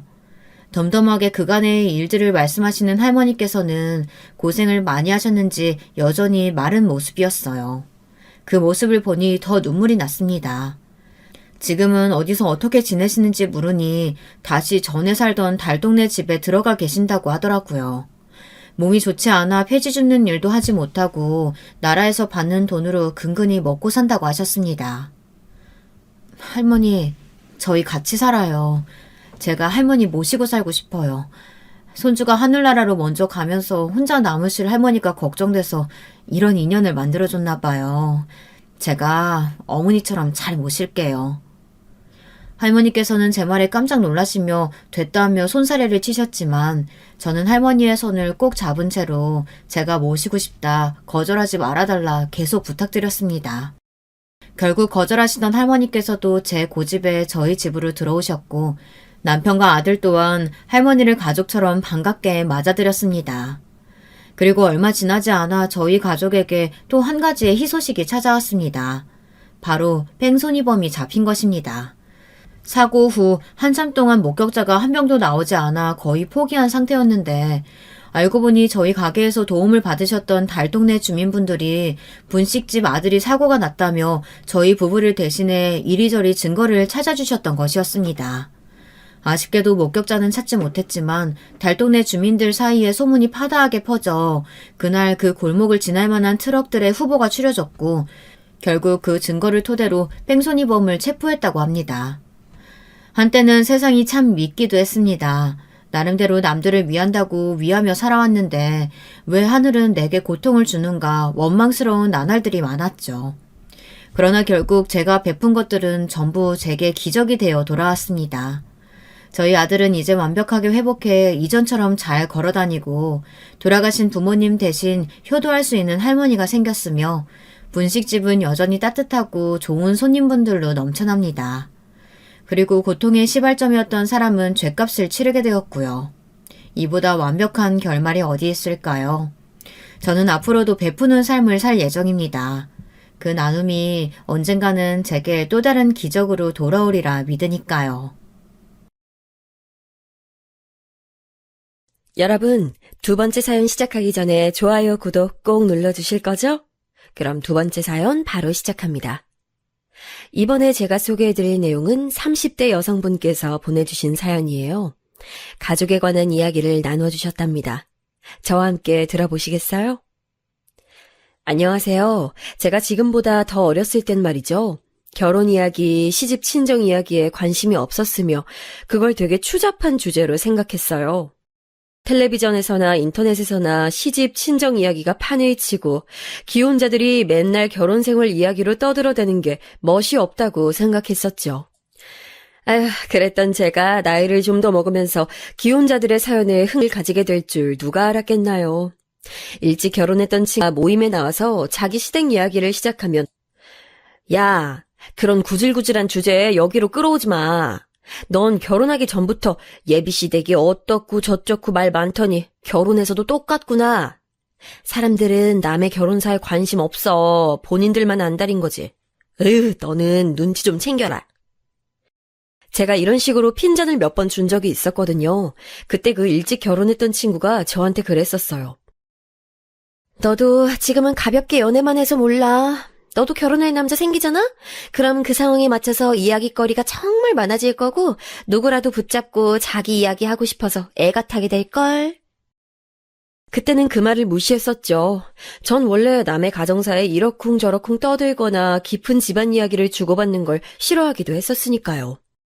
모임에서 친구들은 제 편을 들어줬고 괜히 시끄러운 시댁 얘기는 하지 말라면서 그 일찍 결혼한 친구를 함께 나무랐었지만 시간이 지나자 정말로 제가 그 일찍 결혼한 친구가 말했던 입장에 놓이게 돼서 얼마나 만감이 교차했는지 몰라요. 제가 진지하게 미래를 논하지 않는 연애만 했어서 몰랐나 봐요. 결혼이란 당사자들만이 아닌 집안끼리의 결합이기 때문에 어쩔 수 없이 스케일이 커진다는 사실을 말이죠. 사실 저에게도 가족이니 시댁이니 그런 얘기 늘어놓는 걸 싫어하게 된 계기가 있었답니다. 친구들은 저를 걱정 하나 없이 사는 팔자 좋은 애라고 여기고 있었지만 실상은 그 속에 오래된 그늘이 있었어요. 저는 이혼 가정에서 자라난 자식이에요. 기억이 닿는 한 가장 오래된 순간부터 부모님의 불화가 가정 안에 있었죠. 원래 저는 제 위로 오빠가 있었대요. 제 기억 속엔 없고 대신 사진 속에서만 남아있는 존재입니다. 그런데 오빠가 교통사고로 허망하게 세상을 떠났어요. 지금은 찾아보기 힘들지만 옛날엔 콩나물 같은 걸 트럭에서 팔았잖아요. 저희 살았던 동네에도 콩나물이랑 두부랑 뒤에 싣고 다니는 트럭이 자주 왔는데 여느 때처럼 엄만 그걸 사러 집을 나섰대요. 빨래를 개고 있는데 밖에서 트럭이 도착한 소리가 나서 지갑부터 챙겨서 나가셨다고 해요. 빌라 밖으로 나오고 나서야 아셨대요. 오빠가 따라 나왔다는 사실을요. 오빠가 자기 방에서 동생들이랑 얌전히 있는 줄로만 아셨던 엄마가 놀라셨죠. 그때 방에는 갓난아기였던 제 여동생 그리고 제가 있었다는데 저는 그때 4살이었고 저랑 장난감 놀이를 하고 있던 오빠가 갑자기 엄마를 따라 나가버린 기억 따위는 남아있지 않아요. 애석한 일이죠. 만약 제가 오빠를 잡았다면 운명이 달라졌을 텐데요. 엄마는 저기 멀리 세워져 있는 트럭에 갈 거니까 먼저 집에 들어가라고 오빠를 떠미셨다고 합니다. 그런데 오빠는 그날따라 땡깡을 피우면서 엄마의 바지가랑이를 잡았다네요. 어라? 정말 이상하다. 이런 거 사러 나올 때 한 번도 따라 나온 적이 없던 애가 오늘따라 왜 이런데? 너무 심심해서 그런가? 엄마는 희한한 일이라고 생각을 하시면서도 한 손엔 오빠의 고사리 손을 잡고 다른 한 손엔 지갑을 쥔 채로 트럭으로 향하셨대요. 그리고 트럭에 다 도착해서 오빠의 손을 놓고 지갑을 여셨다고 합니다. 콩나물 한 봉다리만 담아주세요. 아, 두부는 반모만 주시면 되는데. 어머, 차준아! 안 돼, 이리 와! 그리고 트럭에서 주문을 하던 그 짧은 찰나에 오빠가 갑자기 뛰어가기 시작했대요. 깜짝 놀란 엄마가 오빠를 불렀고 그건 오빠의 짧은 인생에서 마지막 들었던 부름이 되었지요. 달려온 차가 그대로 오빠를 치었던 거예요. 트럭에 가려져 있었던 꼬마아이가 뛰어나오는 것을 차주가 미리 보고 방어하기란 불가능했을 겁니다. 주택가 도로에서 차는 저속주행을 하고 있었지만 오빠의 어린 몸은 그 충격에도 쉽게 생명의 불꽃이 꺼지고 말았어요. 그렇게 오빠라는 존재가 세상에서 사라졌죠. 엄마는 그 이후로 한동안 정신을 놓고 사셨대요. 동네 아주머니들과 크게 싸우기도 하셨었대요. 민서 엄마, 그때 민서 엄마가 트럭 반대편에서 우리 차준이 불렀었지? 이리 오라고 손짓으로 불렀잖아. 왜 불렀어? 왜 오라 그랬어? 이 살인자! 네가 아들을 죽인 거야! 제발 그만해요. 이미 벌어진 일이고 그때 여기 민서 엄마는 차준이를 부른 게 아니라 우리끼리 웃고 떠들고 있었을 뿐이에요. 그걸 손 흔드는 걸로 착각하신 거라고요. 차준이가 왜 우리 쪽으로 갑자기 뛰어왔었는진 우리도 모른다니까.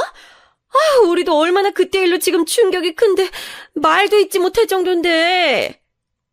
뭐? 내 앞에서 충격이 크니 뭐니 어쩌고 저쩌? 이것들이 다 죽고 싶어?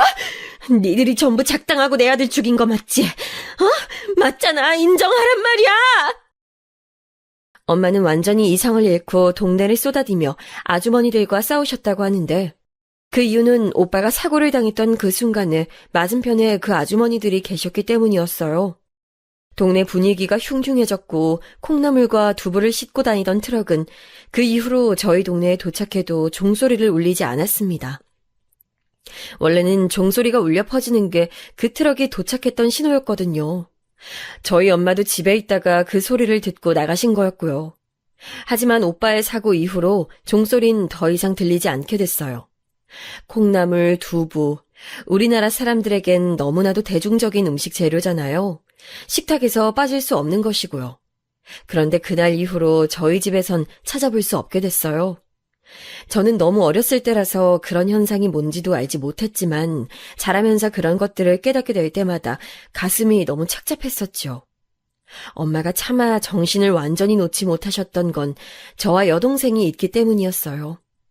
자식 하나가 비록 떠났지만 자식 둘이 남아있었으니 엄마로선 정신을 차리고 살아가셨어야 했던 것이죠.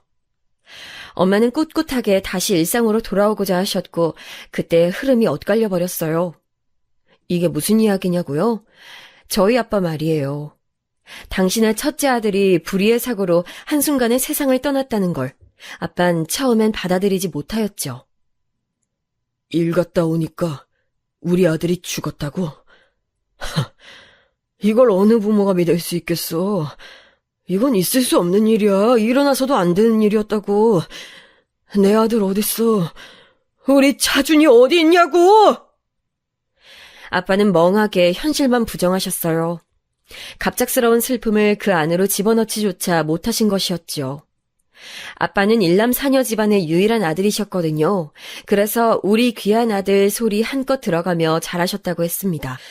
그런 아빠에게서 난 아들이었으니 오빠란 존재가 남달랐던 것이었죠. 세상 하나뿐인 특별한 아들이었는데 허망하게 사고로 떠나보냈다는 걸 아빤 인정하지 않으셨어요. 친가 쪽 분들도 마찬가지였고요. 특히 할머니께서는 저희 엄마를 미친 듯이 원망하셨습니다. 자기 새끼 잡아먹고 멀쩡히 사라지든 아침에 눈이 떠지고 밥이 목구멍으로 넘어가? 이 빌어먹을 나쁜 년이 우리 불쌍한 손주의 창창한 앞날을 질투해서 잡아먹었구나! 어렸을 땐 엄마를 향한 할머니의 폭언이 그저 무서웠어요. 어투가 무서웠고 내용도 공포스러웠죠. 그런데 나이가 좀 들면서 할머니의 발언을 곱씹어 보니까 진짜 화가 나더군요. 아무리 할머니께서 손자 잃으신 상실감이 컸다고 한들 눈앞에서 자식 떠나보낸 엄마보다 힘드셨을까요? 그렇게 힘든 엄마에게 이중고를 안겨준 할머니가 정말 원망스럽고 미웠습니다. 할아버지께선 아예 엄마를 무시하셨고요. 고모들도 저희 엄마를 향해 그렇게 부주의한 사람이 어떻게 자식 낳고 키울 생각을 했냐며 신랄한 비판을 끊임없이 쏟아냈어요. 그리고 반면에 외가 쪽은 엄마를 비호하면서 더욱 똘똘 뭉쳤죠. 저는 어렸을 때 왜 무슨 이유로 외가 식구들이 엄마한테 지극정성인지 몰랐는데 오빠의 사고 이후로 친가에서 과하게 비난받고 원망의 화살바지가 된 엄마를 감싸기 위해서 외가 식구들이 그렇게 뭉치게 됐던 것이었더라고요. 엄마가 그러시더라고요. 친정 아니었으면 절대 못 버텼을 거라고 말이죠. 엄마는 두 딸들을 위해 시련을 딛고 다시 일어나셨는데 반면에 시간이 지날수록 아빠는 힘들어하셨어요. 오빠가 떠났을 당시에 강박적으로 이건 현실이 아니다라고 상황을 부정했던 것의 부작용이었죠. 결국 오빠가 떠난 건 지극한 현실이었으니까요. 아빠는 당시에 오빠를 온전히 애도하지 못한 것을 깊이 후회하게 되셨고 그에 따라서 심적 방황을 하게 되셨습니다. 어렸을 땐 아빠의 이런 심리가 이해가 잘 안 됐었는데 나이 들고 나서 생각해보니까 아빠는 집안에서 유일한 아들 대우를 받으며 오냐오냐 소리만 듣고 자란 사람이었잖아요. 그래서 정신적인 충격이라든지 그런 것들에 면역이 좀 없으셨던 것 같아요. 억척스러운 면이 없으셨고 스스로의 잘못을 오롯이 인정할 줄 모르셨으며 자꾸 남 탓으로 돌리는 경향이 강하셨어요. 자란 환경이 우리 아들은 잘못한 거 없어 라는 소리만 들려오는 집안이었으니 그런 아빠가 똑 부러졌기 때문에 원체 알아서 잘 처신할 줄 알았던 엄마를 만나 결혼하신 이후로 그런 점을 배우기보다는 그럼 당신이 알아서 잘해 라는 식으로 모든 걸 전가하셨고요. 아빠는 그래서 배우신 게 없었죠. 뒤늦게 당신의 아들이 영영 떠나버렸고 마음에 큰 구멍이 생겼다는 걸 깨달은 아빠가 방황을 하시는 바람에 그때부터 집에 비극이 벌어졌어요. 그때부터 악몽 시작이었습니다. 아빠가 자기 잘못 인정 안 하고 남 탓을 하는 분이라고 했잖아요. 그게 완전히 크게 적용을 했어요. 아빠가 다니셨던 회사가 때마침 사정이 어려워졌거든요. 그 영향을 아빠도 피할 수 없었고 하루하루 압박에 시달리셨는데 그 힘든 것을 집에서 푸셨어요. 이게 다 불쌍한 우리 아들 차준이가 억울하게 죽었기 때문에 일이 나쁘게 돌아가는 거야. 당신이 우리 아들 멀쩡히 돌보기만 했어도 이런 일 없었어. 당신이 결국엔 책임자인 거야. 알아? 회사에서 괴로운 일이 있으셔도 그 탓을 집에 와서 돌리셨고 점차 그저 마음에 안 드는 구석만 생겨도 그걸 집에서 탓을 찾으셨어요. 삐뚤어진 성정에 꼭 따라 나오는 한 가지가 있죠. 바로 술 말이에요. 언제부턴가 아빠는 술을 즐겨 찾기 시작하셨어요. 엄마가 나무라시자 크게 화를 내셨던 모습이 기억에 어렴풋이 남아있네요. 내가 술 좀 마시겠다는데 니까짓 게 뭔데 이래라 저래라 참견질을 해, 어? 내가 이 고난을 잊고자 술을 마시겠다고. 그런데 이 고난이 어디서 왔을까? 바로 이 여편네한테서 온 것 같은데? 나한테 고난을 안겨준 주제에 감히 나한테 술 마시지 말라면서 잔소리를 해?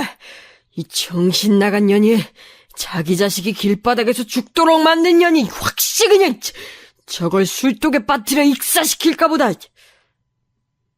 어렸을 때 아빠가 퍼부은 폭언의 의미가 정확히 뭔지 모르면서도 공포에 질려 덜덜 떨었었습니다. 엄마는 도저히 아빠에게 의존하며 사는 위험한 선택을 할 수 없다면서 직장을 다니셨고요.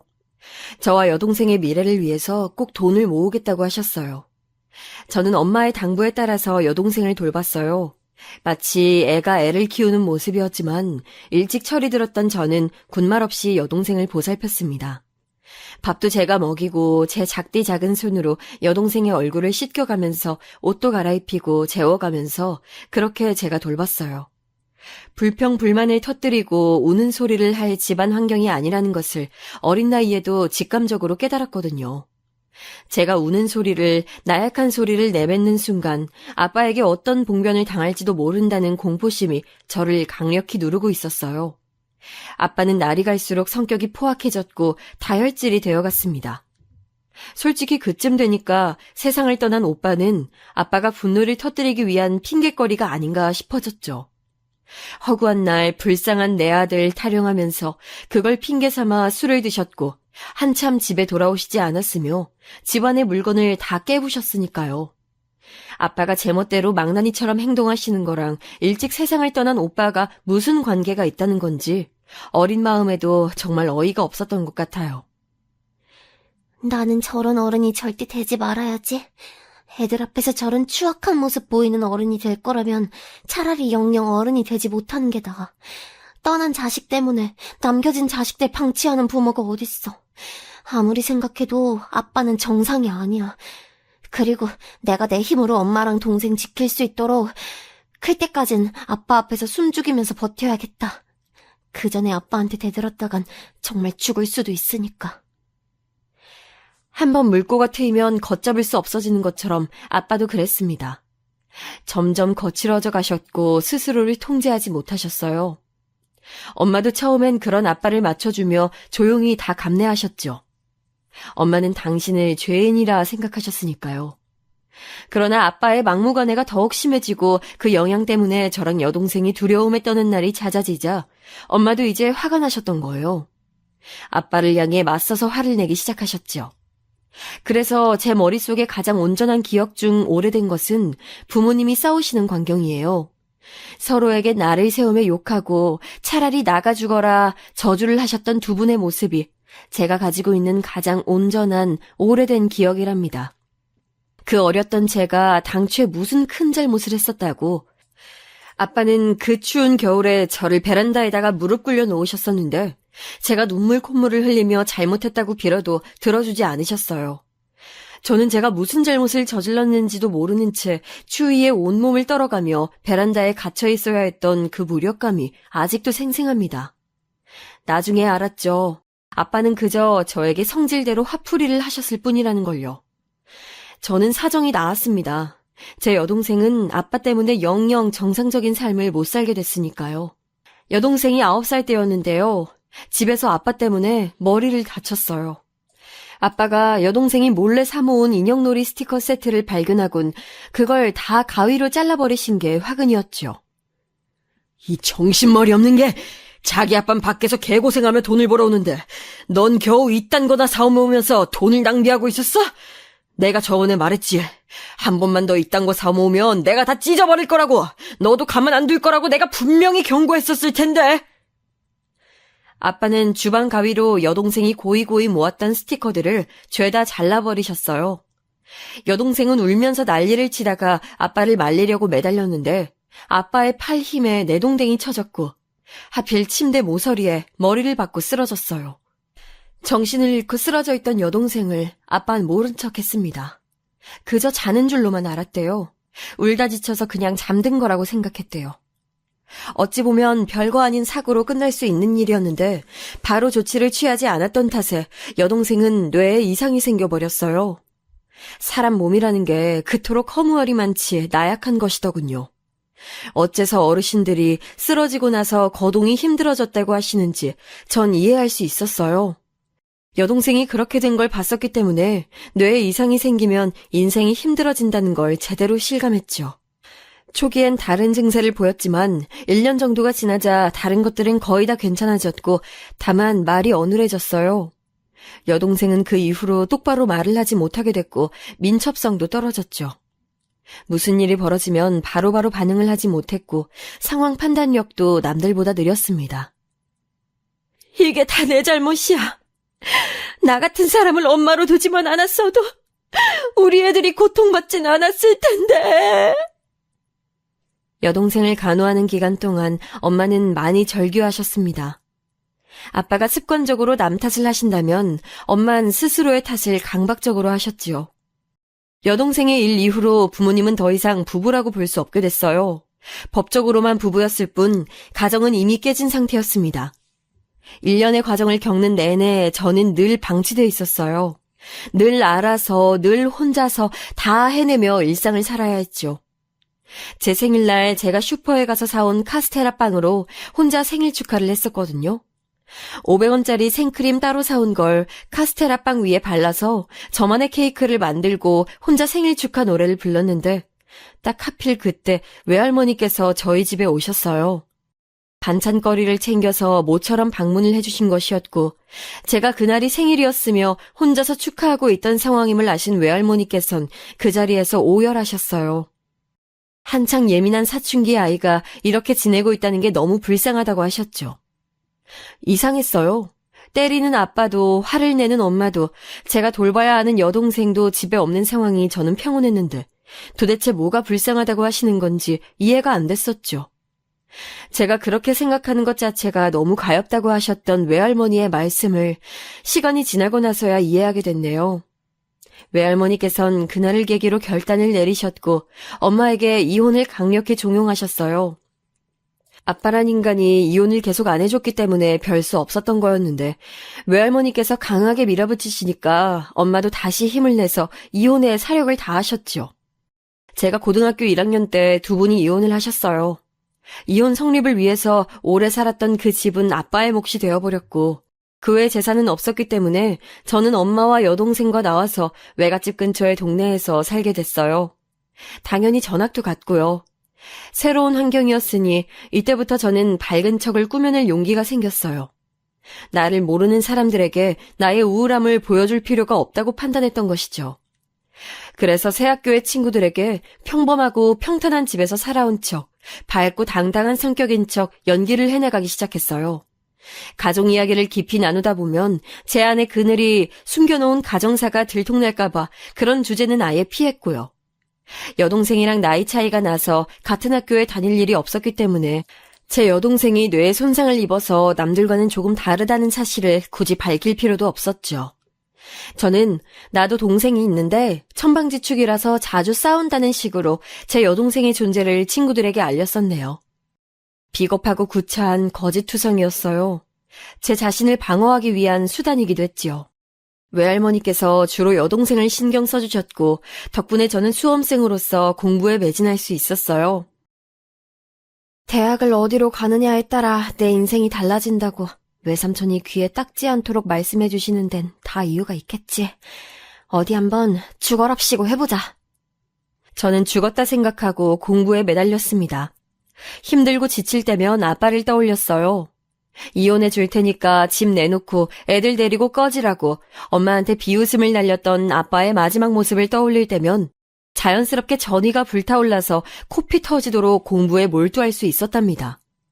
그 집을 벗어나고 아빠한테서 멀어지고 나니까 비로소 제 과거가 잘 보였거든요.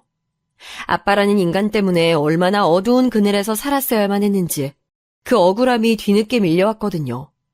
아빠가 무서워서 오줌을 지리고 잘못한 것도 없는데 용서해달라면서 손이 발이 되도록 빌어야 했던 제 과거가 너무나도 비참했어요. 그래서 복수심이 들었던 것 같아요. 반드시 멋진 어른이 돼서 아빠에게 갚아주겠노라 다짐했죠.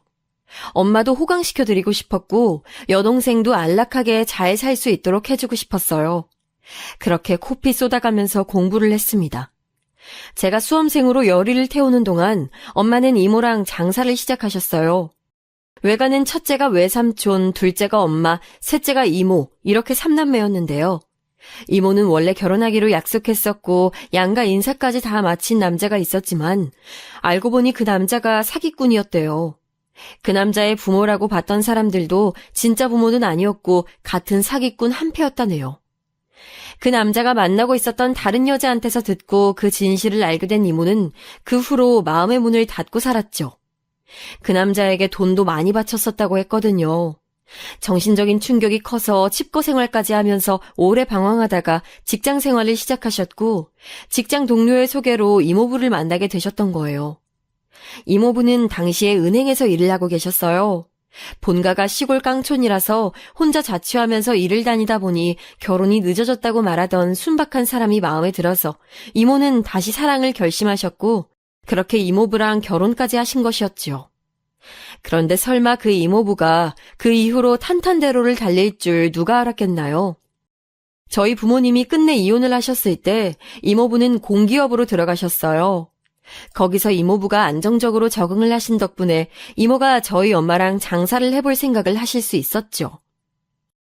내가 어리석게 살아온 탓에 내 자식들이 받아야 했던 고통, 그 죗값을 치르기 전에 내가 내 자식들 여유롭게 살 수 있도록 반드시 돈을 벌어서 성공을 해보여야겠어. 엄마는 각오를 다지신 상태였고 엄마가 지난 세월 힘들어하시는 동안 곁에 있어주지 못했다는 죄책감으로 괴로워하셨던 이모는 이제 가까이 살게 됐으니 기회를 삼아서 같이 장사를 하자며 제안을 하신 거였죠. 장사는 순항이었고 저는 제가 꿈에나 그릴 수 있었던 명문대에 들어갔습니다.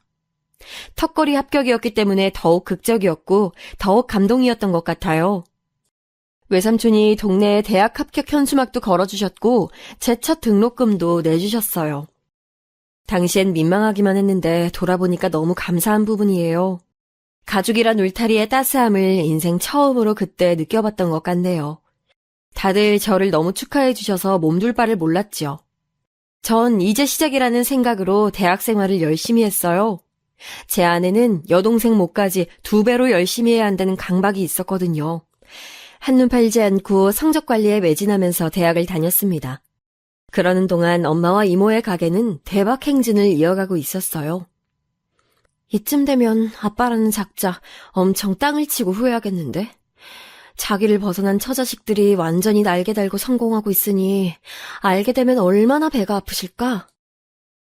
때때로 저는 그런 생각을 하고 있었는데요. 대학 졸업을 앞두고 날아든 아빠의 소식에 저는 멍해지고 말았어요.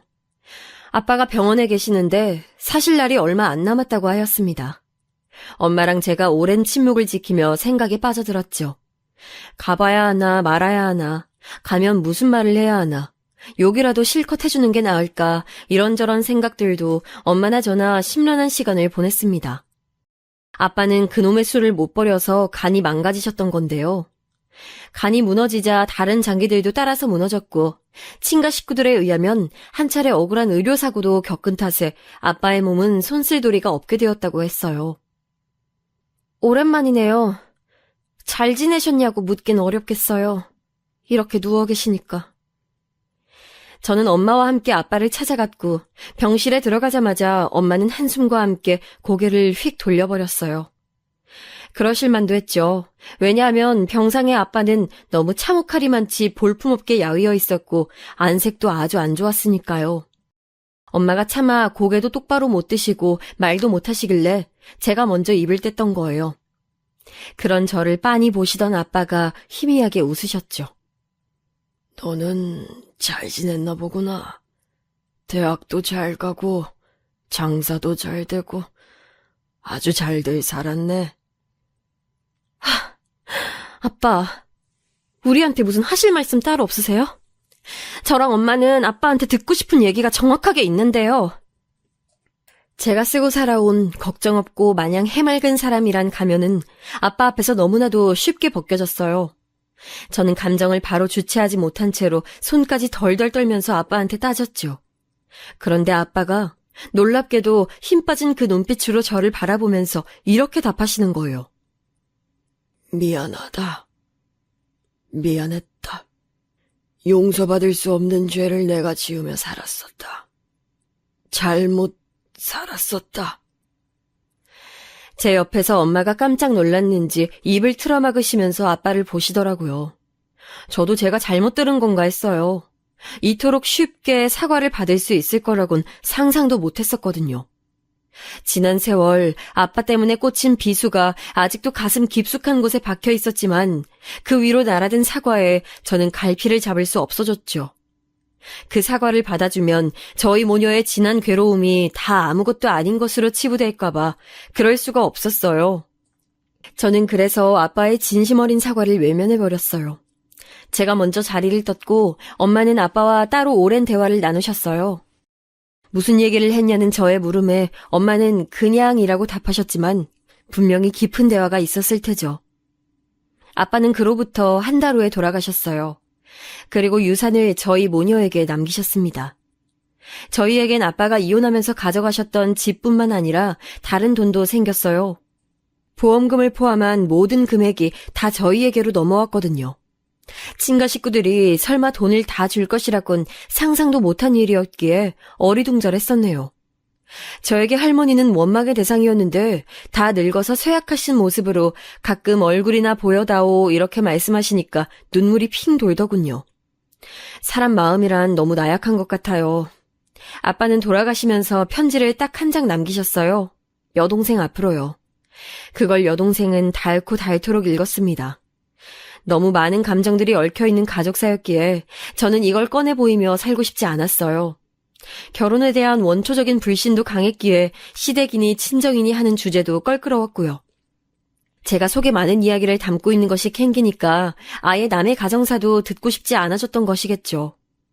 설마 이런 제가 결혼을 생각하게 될 줄이야 저도 놀라울 따름이었죠. 상대는 저보다 2살 연상이었고요. 직장 동료가 자기 지인을 소개시켜줬는데 그 지인이랑은 안 맞아서 헤어졌거든요. 그런데 웃기게도 그 지인의 친구랑 제가 눈이 맞았어요. 남녀관계란 정말 오묘한 것 같아요. 그렇게 남자친구랑 사귀게 되었고 한 번도 저한테 먼저 결혼 이야기를 꺼내지 않으면서도 저에게 깊은 신뢰를 보내주는 남자친구한테 저는 점점 빠져들었습니다. 남자친구는 제 말이면 다 따라줬어요. 전 사실 잘난 남자가 필요 없었어요. 못난 남자가 좋다는 건 아니었고 굳이 잘난 조건을 따질 필요가 없던 거였는데요. 남자친구가 객관적인 조건은 빼어나지 않았으나 저를 잘 맞춰줬고 다정다감한 성격에 애교가 많다는 것도 너무너무 마음에 들었어요. 욱하는 성질도 없었고 체질상 술도 잘 못 마셨죠. 남들이 들으면 황당하다고 할진 모르겠으나 저는 남자친구가 담배 연기 맡고선 콜록거리는 모습에 결혼하고 싶어진 사람입니다. 아무한테도 이 진짜 이유를 밝힌 적 없었지만 사실은 담배 연기에 질색하는 모습 때문에 저는 결혼하고 싶어진 거였어요. 사계절을 같이 나봤는데 어느 계절에 만나도 남자친구는 저한테 짜증 한 번 안 내고 늘 헌신적이었죠. 그래서 제가 날 잡아서 청혼했어요. 나 내년에 연봉 협상 끝내주게 잘해낼 거야. 지금보다 돈을 더 잘 벌 거고, 나는 사회생활뿐만 아니라 집안일도 잘해. 오빠가 어딜 가나 자랑하고 싶은 아내가 돼줄게. 그러니까 나랑 결혼해주라. 제가 장난기 하나 없이 그러는 모습에 저의 진심을 알아챈 남자친구가 제 청혼을 받아주었죠.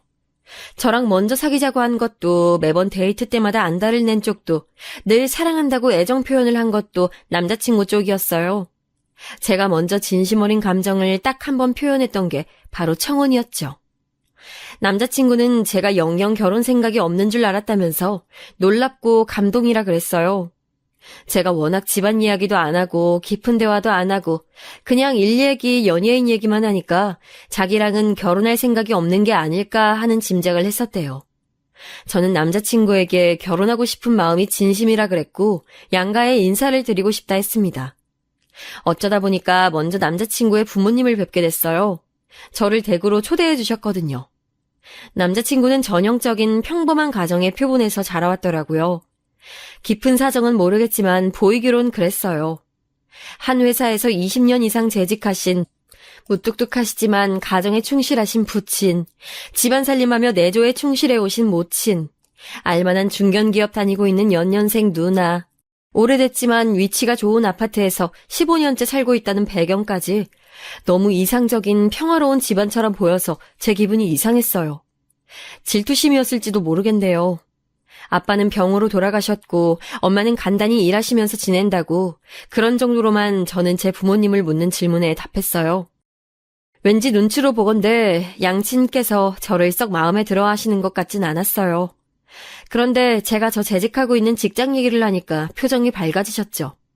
제가 명문대 출신에 우리나라 사람이면 모를 수가 없는 기업에 다니고 있다는 걸 아주 높이 사셨어요. 우리 아들은 워낙 성격이 무르고 착해서 이게 장점이자 단점인데 야물 딱지고 똑 부러지는 아가씨를 데려오다니 이런 찰떡궁합을 봤나. 어머님께서도 제 직장 얘기를 듣고는 무척 즐거워하셨죠. 남자친구가 좋은 말로는 착하고 나쁜 말로는 호구 같은 사람이었는데요. 그걸 어머님께서도 알고 계신 모양이었어요. 제가 남자친구의 그런 점을 보완할 수 있을 것으로 보인다고 말씀해 주셨죠. 그 다음으로 다시 두 분을 뵌 자리가 상견례장이었답니다. 원래 그렇게 의도한 건 아니었는데 식사 한 끼 다 같이 하자고 얘기가 나왔다가 그게 상견례장으로 의미가 커져버렸어요. 온갖 풍랑을 다 헤쳐온 분이 저희 엄마이신데 절대 그런 자리에서 얕잡아 보이실 분이 아니었죠. 수수한 인상을 하고 계시지만 말 한마디 한마디에 강단 넘치고 묘한 카리스마를 풍기는 저희 엄마 앞에서 남자친구의 양친께서는 별다른 말씀조차 못하셨어요. 그렇게 정신없이 장사를 하다가 작년부터 쉬고 있고요. 지금은 건물 관리 일이나 하면서 제 시간 쓰고 있네요. 행여나 저희 측에서 애들 결혼하는데 드는 비용 부담을 적게 할까봐 하는 걱정은 안 하셔도 되고요. 딸애 결혼시키려고 저도 엄마로서 방비는 많이 해놨답니다. 저희 엄마가 두루뭉술하게 말씀하시길래 저도 부연 설명을 끼얹진 않았어요. 남자친구 쪽도 집요하게 물어보진 않더라고요. 얼떨결에 성사된 자리였으므로 자세한 것들은 추후 이야기 나누고 조율하자는 것으로 자리는 마무리되었고요. 그런데 이틀 뒤 남자친구가 저한테 뜬금없이 저기 그런데 어머니께서 일하신다는 건물 있잖아. 거기 위치가 어디야? 무슨 일을 하시는 거야? 이런 걸 물어오는 거예요. 왠지 저의 촉이 남자친구가 자기 의사로 물어오는 건 아닌 것 같다 싶었지만 굳이 이걸 지적하진 않았네요. 아, 우리 엄마? 건물은 문정동에 있는데 왜? 그냥 관리하면서 지내셔. 나도 자세한 건 사실 잘 몰라. 그래? 알겠어. 그냥 궁금해서 물어본 거야.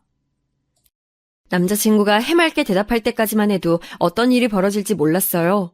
그로부터 며칠이 지났을 때였죠. 남자친구한테서 연락이 왔는데 목소리가 안절부절 당황한 게 느껴지더라고요. 저기 혹시 내일 시간 돼? 엄마가 너 좀 보자고 하셔서. 이렇게 갑자기? 무슨 일로 보자고 하시는데?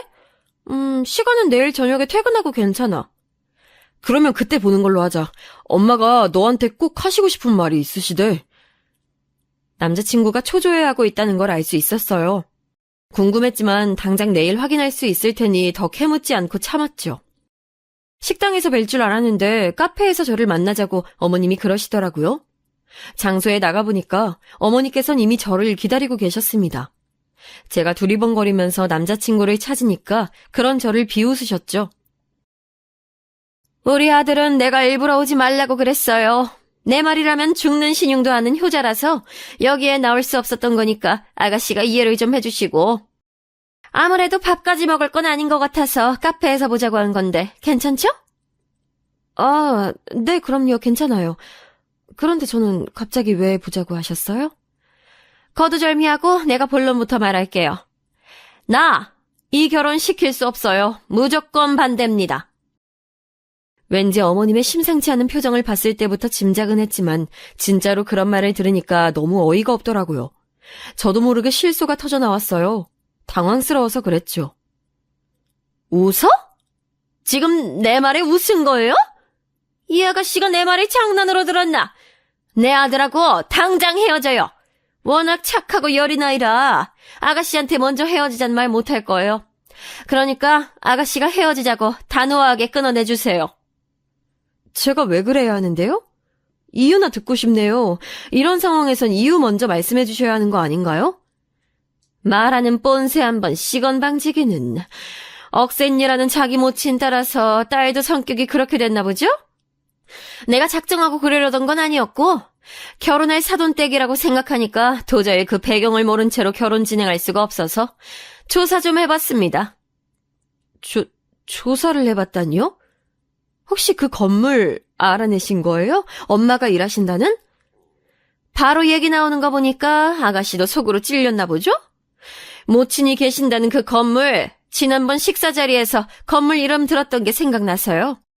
어디에 있는지 동네를 알고 나니까 찾기 쉽더만. 직접 가봤더니 난 또 건물 사무일이라도 하는 줄 알았는데 청소? 청소!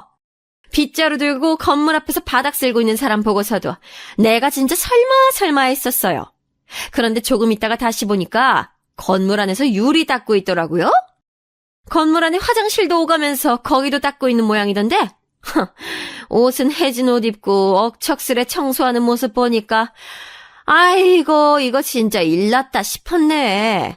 이 결혼 차마 내가 시킬 수가 없겠더라고. 세상에나 어머님께서 하필이면 저희 엄마가 건물 청소를 솔선수범하고 계실 때 목격했었나 봐요. 음침하게 그곳까지 찾아가서 훔쳐본 어머님께 화를 내야 할지 아니면 어떤 일 하시는지 같은 걸 두루뭉술하게 설명하며 숨겼던 것을 사과드려야 하는지 순간 헷갈리더군요. 제가 갈팡질팡하고 있을 때 어머님께서 강하게 말씀하셨어요. 부디 오늘 한 번에 알아듣길 바랄게요. 아가씨 자체로는 참 훌륭하고 멋진 여자 같아요. 네, 그건 나도 인정하겠습니다.